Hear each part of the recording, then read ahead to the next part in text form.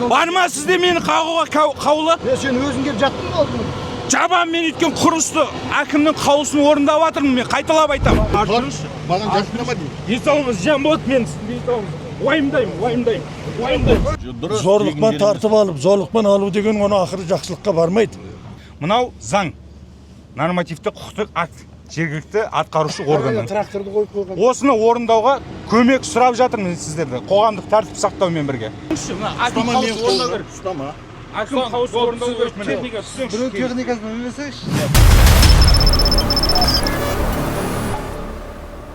Құрметті көрермендер, осыдан бірнеше ай бұрын дәл мына жерлерде арнайы бетон қоршаулар болған. Өздеріңіз білесіздер, бетон қоршаулар қазір алынып, оның орнына дәл мынандай үлкен контейнерлер қойылған. Қазір арнайы гидроэлектростанциясының құбырын жүргізуге арналған мына жұмыстар жүргізіліп жатыр. Алайда осы жердегі жайылымды жерді алған азаматтар бөгет жасауда. Ауыл қариялары болса электростанциясы қажет, өйткені ол тоқ береді, мемлекеттің бюджетіне қаржы құяды, және бұған арнайы инвесторлар тартылған дейді. Кімнен алған, кімге сатқан, бізге соны үшін шығарып айтпай тұрған бұл жерде.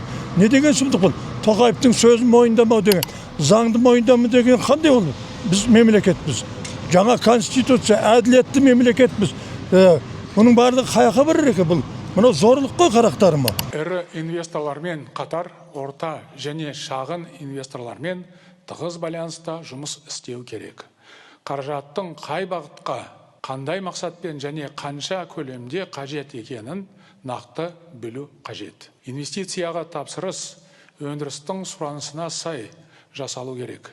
Еліміздегі инвесторлармен қарым-қатынас жүйесі күрделі әрі бытыраңқы. Қағазбастылық көп. Түрлі органдардың құзыреттері қайталанады. Ал қазіргі күрделі ахуал кезінде инвестиция тарту кезек күттірмейтін мәселе. Бізге жаңа ұстаным керек. Қалай болса да инвестиция тарту бойынша барлық үйлестіру жұмысы тікелей премьер-министрге жүктеледі. Жаңа министрлік құрудың қажеті жоқ. Бірақ көзге оттай басылатын нәрсе. Елімізде бірде-бір мекеменің атауында инвестиция деген сөз жоқ. Инвестиция тіпті жетім бала сияқты 3-4 мекемеге ортақ мәселе болып, өз жолын таппай жүр. Сондықтан премьер-министр 10 күн ішінде нақты ұсыныс беруге тиіс. Құрметті көрермендер, дәл қазір сәтте мен дәл осы гидроэлектростанцияның инвесторы арнайы осы біздің электро қуатын дамыту мақсатында арнайы бюджеттің бүйірін қампайтып, бюджетке қаржы құю мақсатында арнайы кәсіпкер ханыммен сөйлесеміз қазір. Саламатсыз ба? Көргенімізге қуаныштымыз. Айжан ханым, Айжан Қаныбекова, қателеспесем. Айжан ханым, жалпы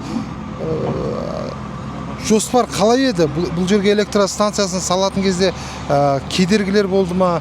Қалай басталды негізі? Не себептен бұндай электростанция салу ойда болды? Енді бұл көптен туылған жоспар еді, негізі электр қуаты. Бізде облысымызда да, елімізде де электр қуатының тапшылығы өте бәрімізге белгілі. Сол неден осы электр ГЭС саламын деп өзім жоспарлаған едім.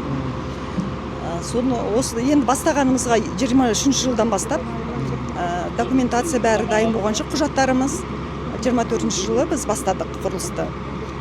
24 жылдан бастап жақсылап енді істеп келе жатқан едік. Мынау Балдыберек агро деген алдымыздан шығып кедергі жасап жатыр.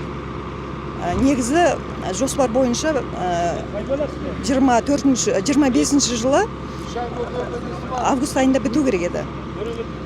Содан кедергі сондай жасап, енді мен уже 1 жылға таям тұрып қалдым. Соттастыңыздар ма жалпы? Сотқа арыз бердік, бәрін қарастырды, бәрін. Енді қазір не қылған кезде біз негізі сервитутпен келе жатырық. Соны бұл кісілер мойындамай отыр. Сервитут бізге не емес деп та.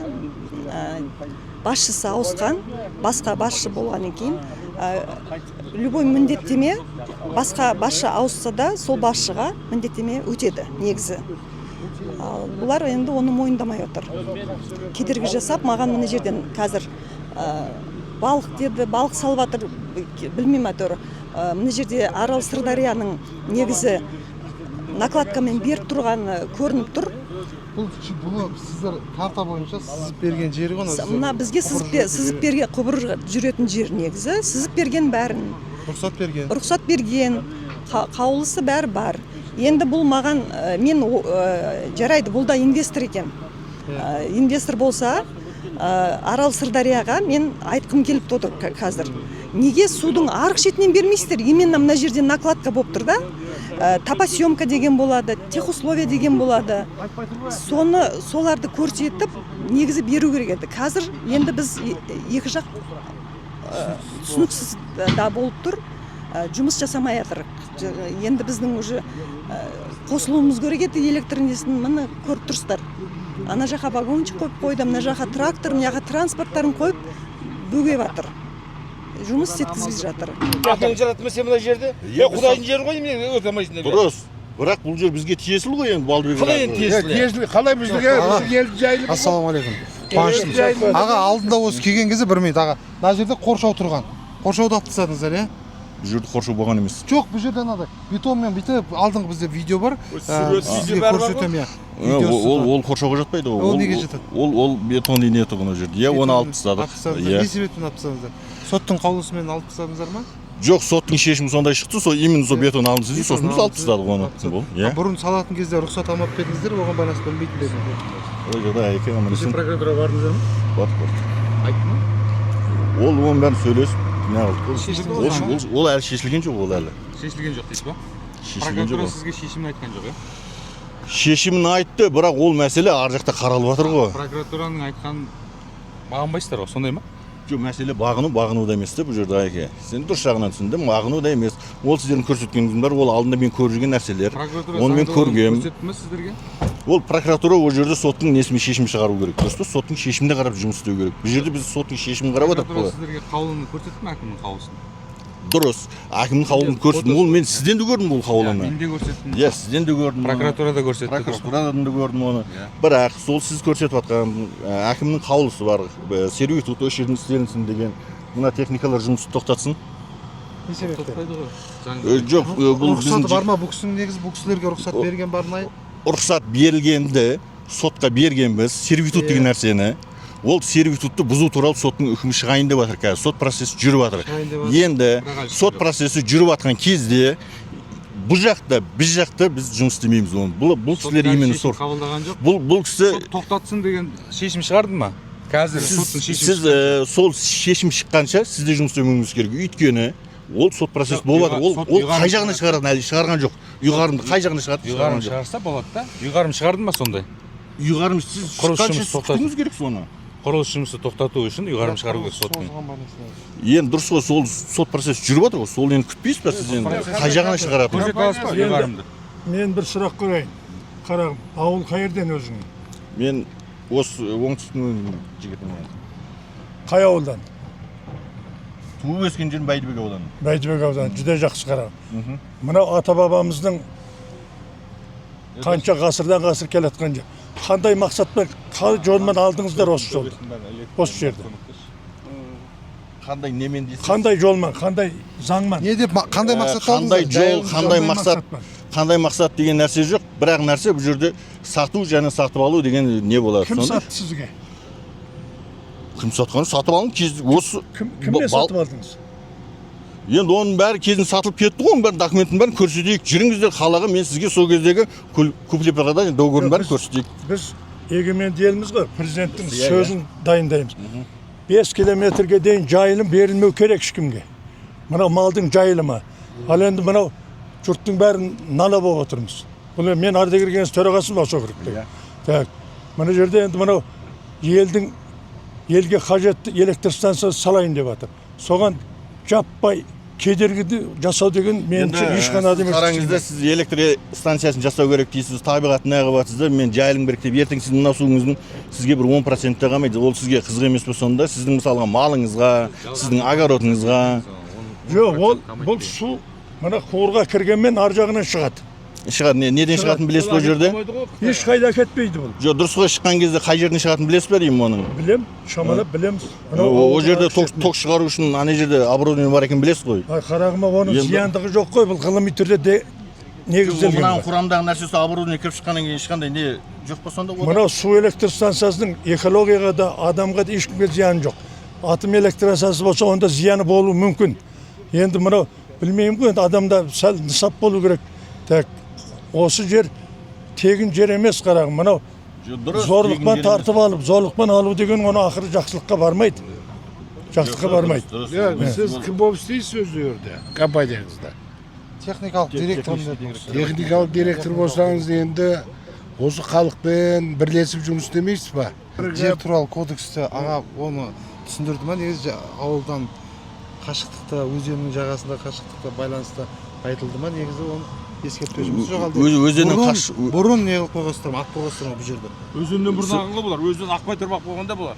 Өзеннен бұрын емес. Ол кезде мысалға барлық заңды түрде істелінген документация болған. Ол жерде өзенді ғана неге Арал Сырдарияның несіне кіреді, орман шаруашылығының несіне. Бірақ қалған жердің бәрі кәдімгі неге не қылады ғой. Жерді алыпсыңдар. Жайылымдық жер енді халықтың жерде малы жату керек.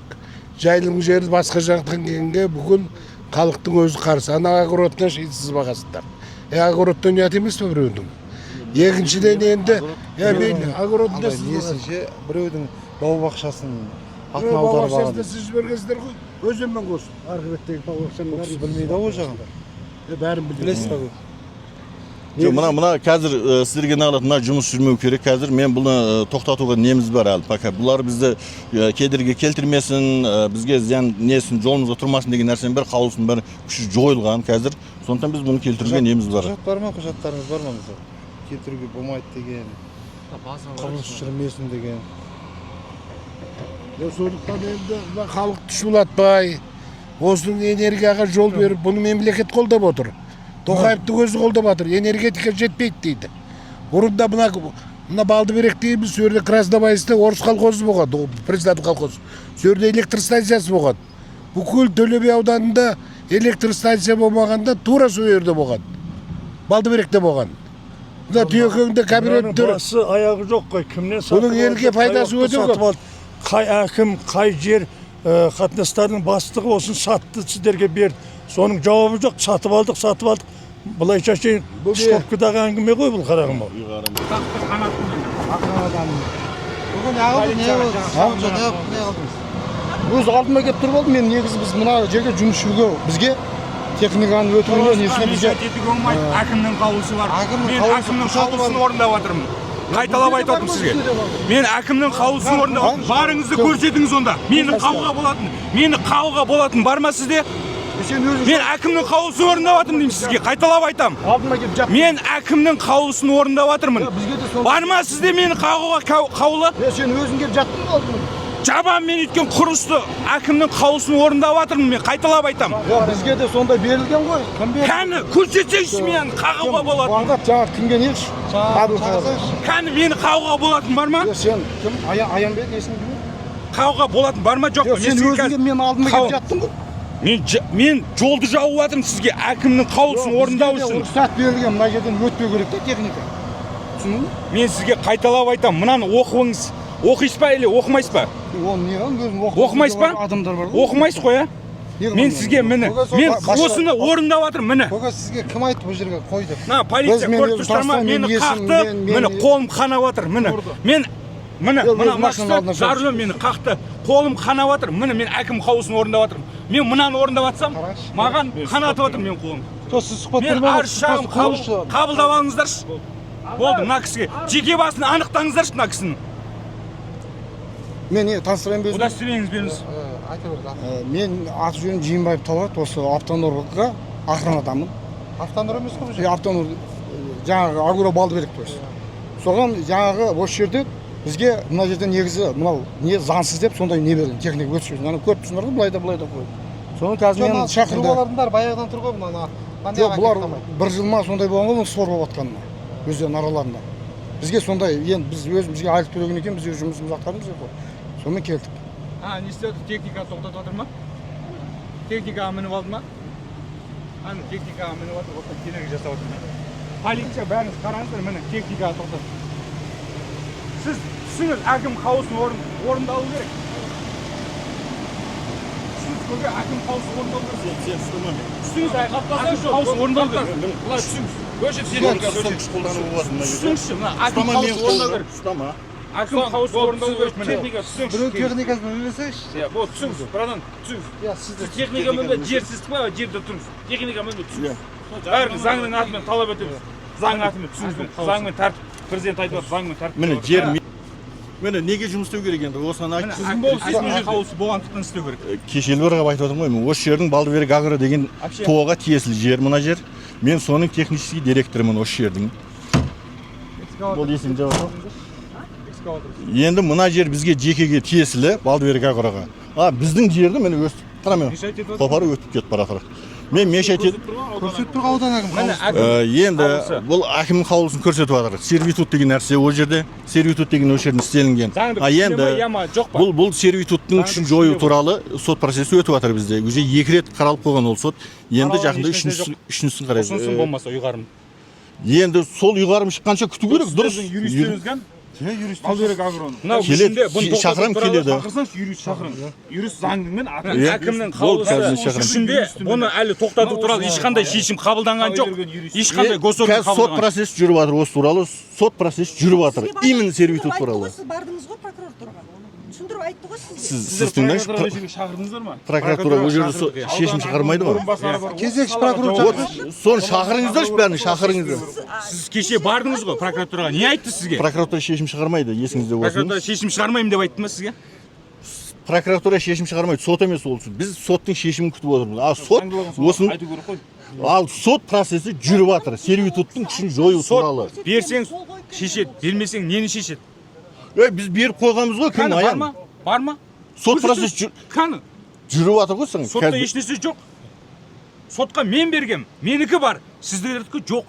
Хорошо. Мен бергем, осыларды кедергі жасамасын, машинаға мініп алмасын, соқпасын, машина қоймасын деп мен бергем. Менікі бар. Оның күші жоқ. Осында кедергі келтірмесін, не дегеніздің күшін жойғанын. Ұйғарымдасыншы. Өгесіз дауысы оқып берсінші аудан әкімі ұйға. Жоқ, оны естіп аудан әкімінің қаулысы, Түркістан облысы Төле би ауданы әкімінің қаулысы 2023 жылы 21 қыркүйек.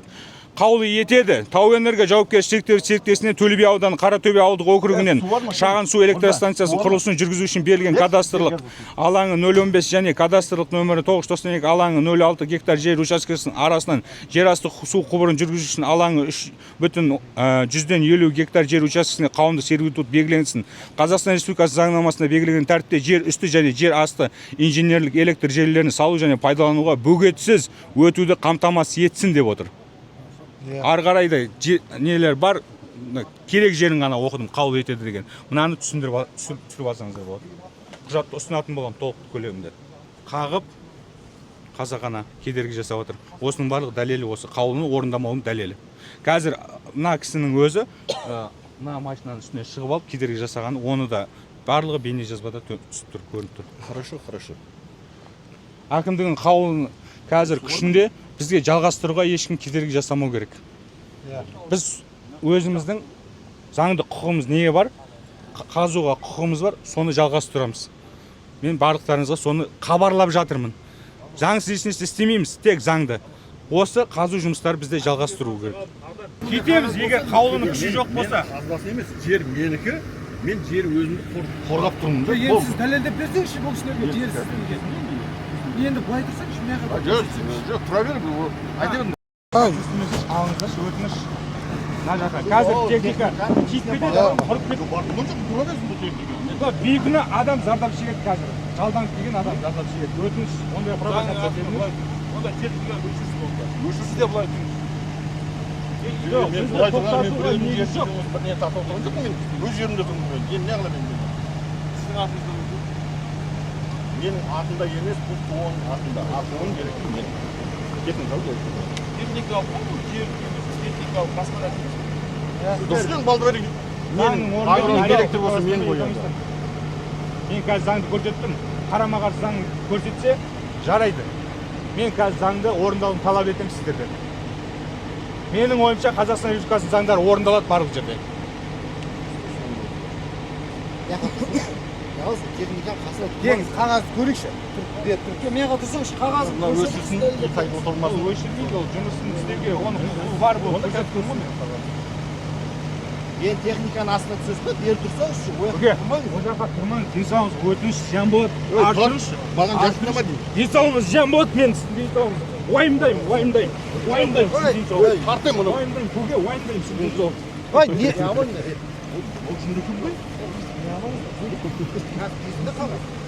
Kesінде сен не қылатсың? Болмайды, денсаулығыңыз. Зиян. Құры салма, көке. Каскамен жүру керек, НАТО пошта бізге бәрімізге. Жоқ, маған Бір мүлдеріңізді итермеңізді. артық Итермеңізді. Болмайды просто бізге. Итермеңізді. Сөзбен айтып айтыңыз. Техникаға зиян болады. Балдыберек Агро, директор приказ. Менің нем. Не приказ? Мен директор екенмін да. Мынау енді оған істерге қатысы жоқ. Мына менің қазір жұмыс жүргізіп жатқан мына не бар ғой, көлдерім. Балық шаруашылығы. Аралсыздардан берген рұқсатнамасы.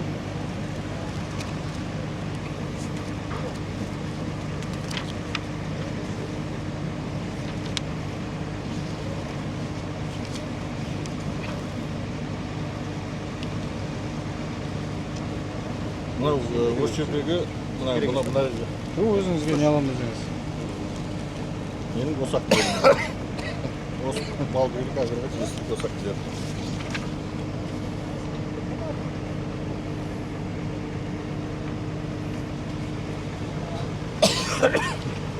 Жердің мақсаты не?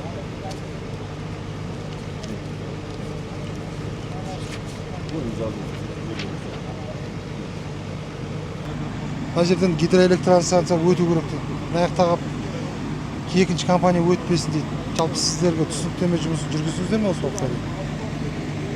Ауылдан түсініктеме жүргізілген, таныстыру несі болған уақытысында. Хаттамалары бар, бірнеше рет жиналыс ұйымдастырылған.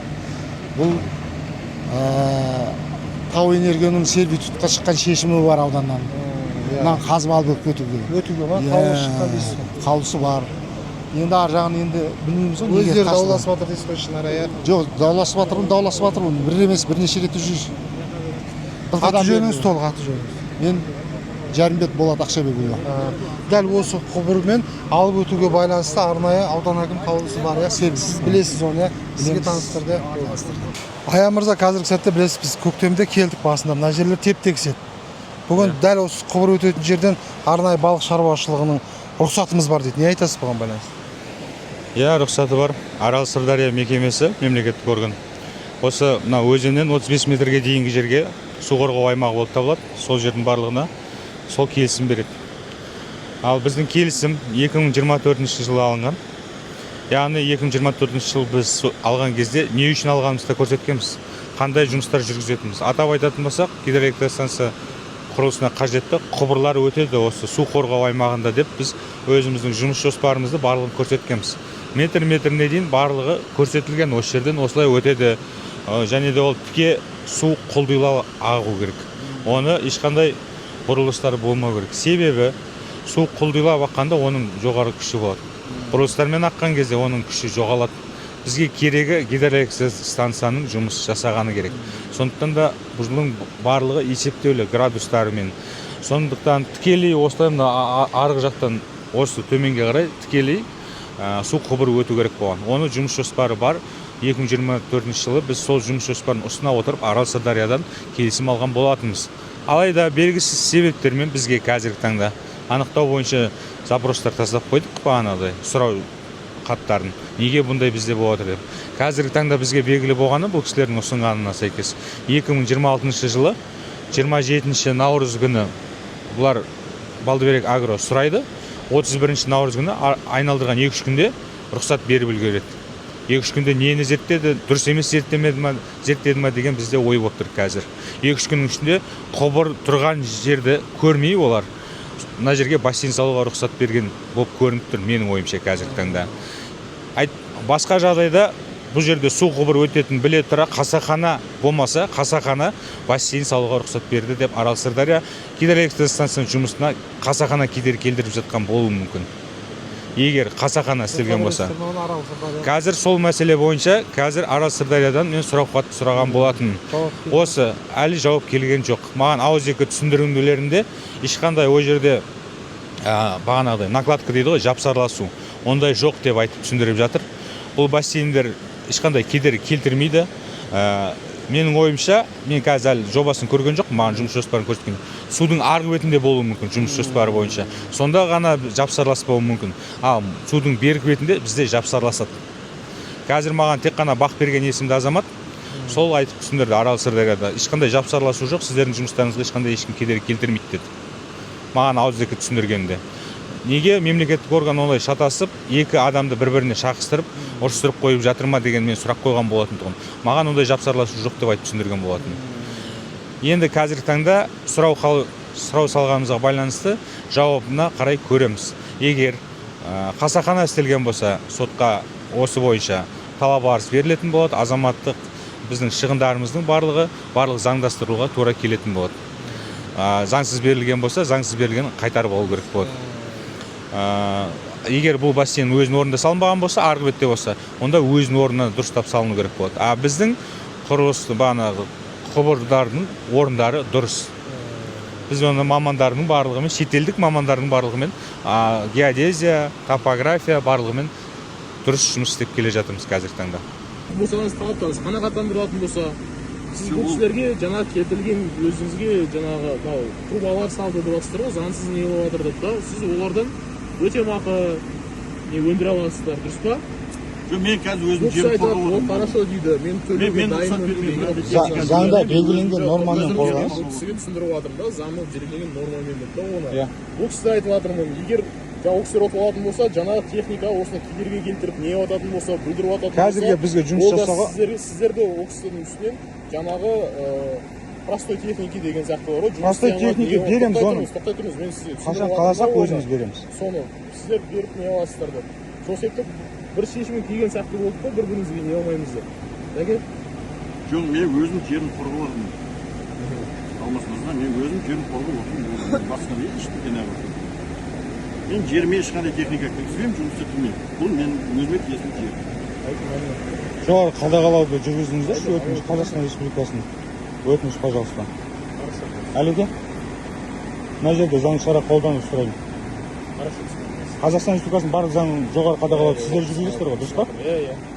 Мына Қазақстан Республикасының заңы қазір мына жерде күшінде, осыны орындап беруде, мына заң бұзушылық бойынша заң шара қолданылды. Білмеймін қандай шара қолданатыныңыз, бірақ шара қолданып, мынау инвестордың құқығын қорғап беріңіздерші, өтініш. Сіз қорғайсыз. Айке, қазір осы жаңағы тұрмай жатыр ғой бәке орнынан. Енді қазір бұл кісіні жоқтайтын болса, ол кісі енді ертең өзінің есіктен қорғап не алады да. Сізге түсіндіріп жатырмын да оны. Сіз осы нәрсені фиксировать етіңіз, сізде қазір сотта қаралып жатыр, кедергі келтіріп жатқан деген бар ғой, сол бойынша талабыңыз қаралып келді. Оны мен білемін өзім құқығымды, мен заңгер болғандықтан білемін оны. Сізге түсіндіріп жатырсың, дәлелдеме ретінде. Рахмет сіздің түсіндіріп қойғаныңызға.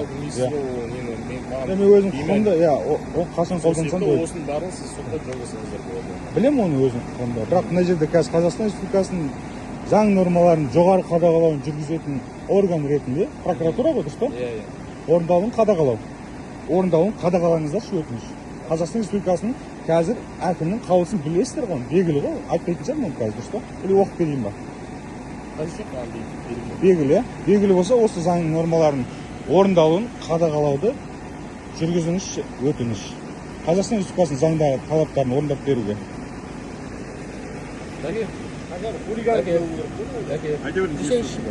Басқа өзіңіздің орныңызға басқа білмеймін, бала болып қойсыздар ма, сізбен именно не бәрі сізді тыңдап отырған осында. Жеке болатын болса, мына кім бәрін нағыз жіберсін, маған ешкім қалдырмаймын. Жеке сізбен не өтініш бәріміз бара тұрсын, мұны камера бәріміз. Қанымменен немен де болсын. Прокурорымыз бізде барлық уведомление бар, біз жұмыс жасап жатыр. Біріншісі кедергі келтірді. Сіз бірнеше айттыңыздар ғой мәселелерді. Енді дұрыс қой, бір мәселесін не бар соны. Хорошо, өздеріңіз мына жаққа сөйлесе берсеңіздер болды. Мына кісі айтсақ түсінбейді. то, что он не знает закон, не освобождайте его от ответственности закона. Өтініш бір бөлек қылып, алып кетіңіздер мына кісіні. Қай госоргандар бар бұл жерде? Полиция бар.